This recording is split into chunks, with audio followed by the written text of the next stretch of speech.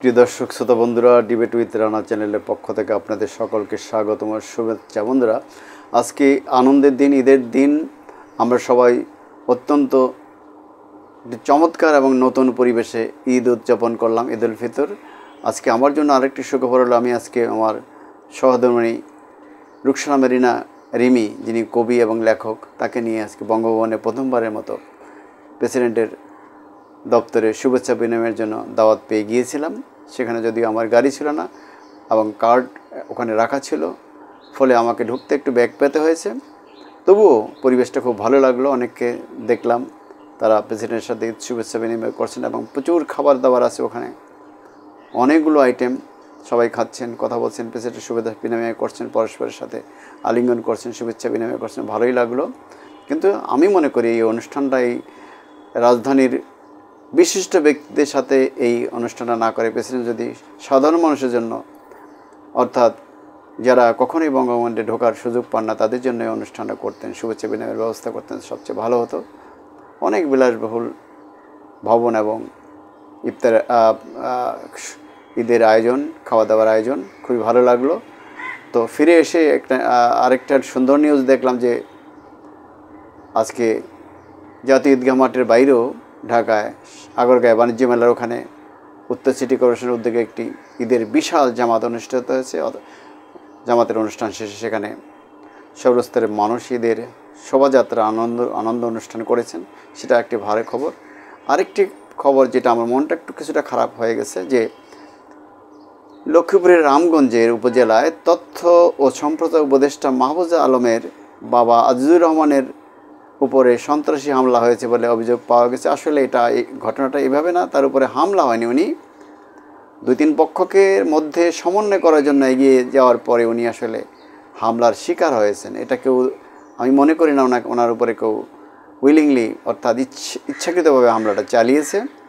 ওটা হয়েছে আসলে উত্তেজনার মুহূর্তে, হিট অফ দি মোমেন্টে যেটা হয় সেটাই হয়েছে। আর অতএব অপপ্রচার করার কোনো সুযোগ নেই, কারো বিভ্রান্ত হওয়ার সুযোগ নাই যে মাহফুজ আলমের বাবাকে উদ্দেশ্য করে কেউ মেরেছে, এটা সত্য নয়।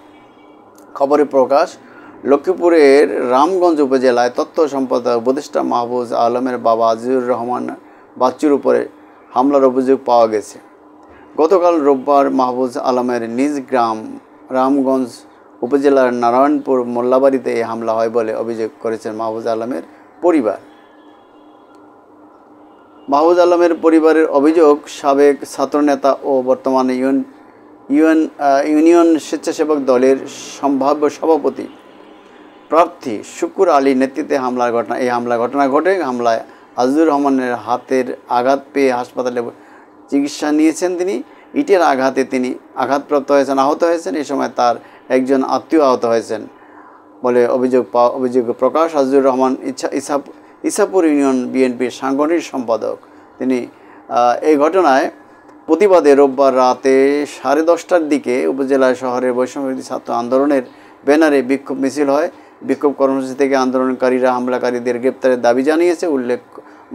উপদেষ্টা মাহফুজ আলমের বড় ভাই মাহবুব আলম প্রথম আলোকে বলেন, নিষিদ্ধ ঘোষিত ছাত্রলীগের জেলা সহসভাপতি মেহেদী হাসান মঞ্জু রোববার এলাকায় এলে বিএনপি ছাত্রদল ও স্বেচ্ছাসেবক দলের নেতাকর্মীদের দুটি পক্ষ সন্ধ্যার দিকে তাকে ধরতে যায়। এক পর্যায়ে বিএনপির নেতাকর্মীরা ছাত্রলীগের ব্যাপারে সিদ্ধান্ত নিতে গিয়ে বাদানুবাদ হাতাহাতি শুরু করে। এই ঘটনাকে কেন্দ্র করে ছাত্রদল স্বেচ্ছাসেবক দলের নেতাকর্মীদের নিজেদের মধ্যে সংঘর্ষে জড়ান। ছাত্রদল স্বেচ্ছাসেবক দলের নেতাকর্মীদের দুই পক্ষ সংঘর্ষে থামাতে গেলে তখন গ্রামবাসীর সংঘর্ষ জড়ান। তখন আজিজুর রহমান এই ত্রিমুখী সংঘর্ষ থামাতে গিয়ে তার উপর হামলা করেন ছাত্রদল স্বেচ্ছাসেবক দলের একদল নেতাকর্মী। ঘটনার পর থেকে স্বেচ্ছাসেবক দলের সম্ভাব্য সভাপতি প্রার্থী শুকুর আলী গা দিয়েছেন। তার মুঠোফোনে যোগাযোগের চেষ্টা করা হলেও পাওয়া যায়নি।